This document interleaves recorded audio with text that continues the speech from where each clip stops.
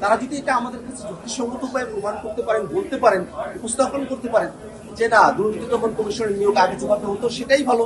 নতুন নিরপেক্ষ পদ্ধতি নিয়োগ হলে সেটাই বরং দেশের স্বার্থের জন্য সেটা অনুকূল হবে না, তাহলে হাউজে যে রাজনৈতিক দলগুলো আমরা আছি, অনেকগুলো রাজনৈতিক দল আমরা এখানে আছি, আমরা সেটাকে নতুন করে হয়তো আমাদের বিবেচনা করতে হবে, কিন্তু তারা যদি আলোচনাতে পার্টিসিপেট না করে, তারা যদি বুঝাতে না চান, তারা যদি গো ধরে বসে থাকেন যে না, যেভাবে নিয়োগগুলো হয়ে আসছে ঠিক সেভাবেই নিয়োগগুলো হবে, তাহলে তো এটা অনুভূত, এটাকে তো কোনোভাবেই যুক্তির মানদণ্ডে এটাকে যুক্তিপূর্ণ হিসেবে বিবেচনা করা যায়। বাংলাদেশের রাষ্ট্রের যে তিনটি অর্গান রয়েছে, নির্বাহী বিভাগ, আইন বিভাগ এবং বিচার বিভাগ, নির্বাহী বিভাগের সাথে সাংবিধানিক যে প্রতিষ্ঠানগুলো আছে সেটা কিন্তু নির্বাহী বিভাগের অন্তর্গত না, এটা কিন্তু সাংবিধানিক প্রতিষ্ঠান। যারা সরকার ফর্ম করেন তারা নির্বাহী বিভাগটাকে পরিচালনা করবেন, সেই জায়গায় কিন্তু আমরা হস্তক্ষেপ করার কথা বলছি না। আমরা বলছি যে সাংবিধানিক যে প্রতিষ্ঠানগুলো আছে, সংবিধিবদ্ধ যে প্রতিষ্ঠানগুলো আছে, যেটা আসলে নির্বাহী বিভাগকেই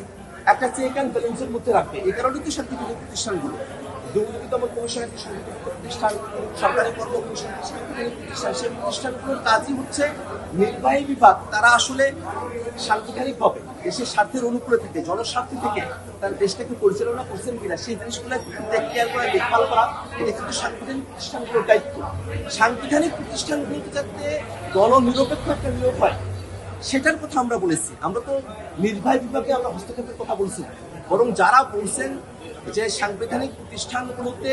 নিয়োগের কমিটি যদি নিরপেক্ষ হয়, সেটা যদি দলীয় নিয়োগটাকে আমরা এর মধ্যে আটকাতে পারি, এটাকে নির্বাহী ক্ষমতাকে কার্টেল করা হয়, তারা আসলে রাষ্ট্র ক্ষমতা বা রাষ্ট্রের যে কাঠামো আছে সেই কাঠামোর ব্যাপারে তারা পূর্ণাঙ্গভাবে জনগণকে অবহেলা করছেন না।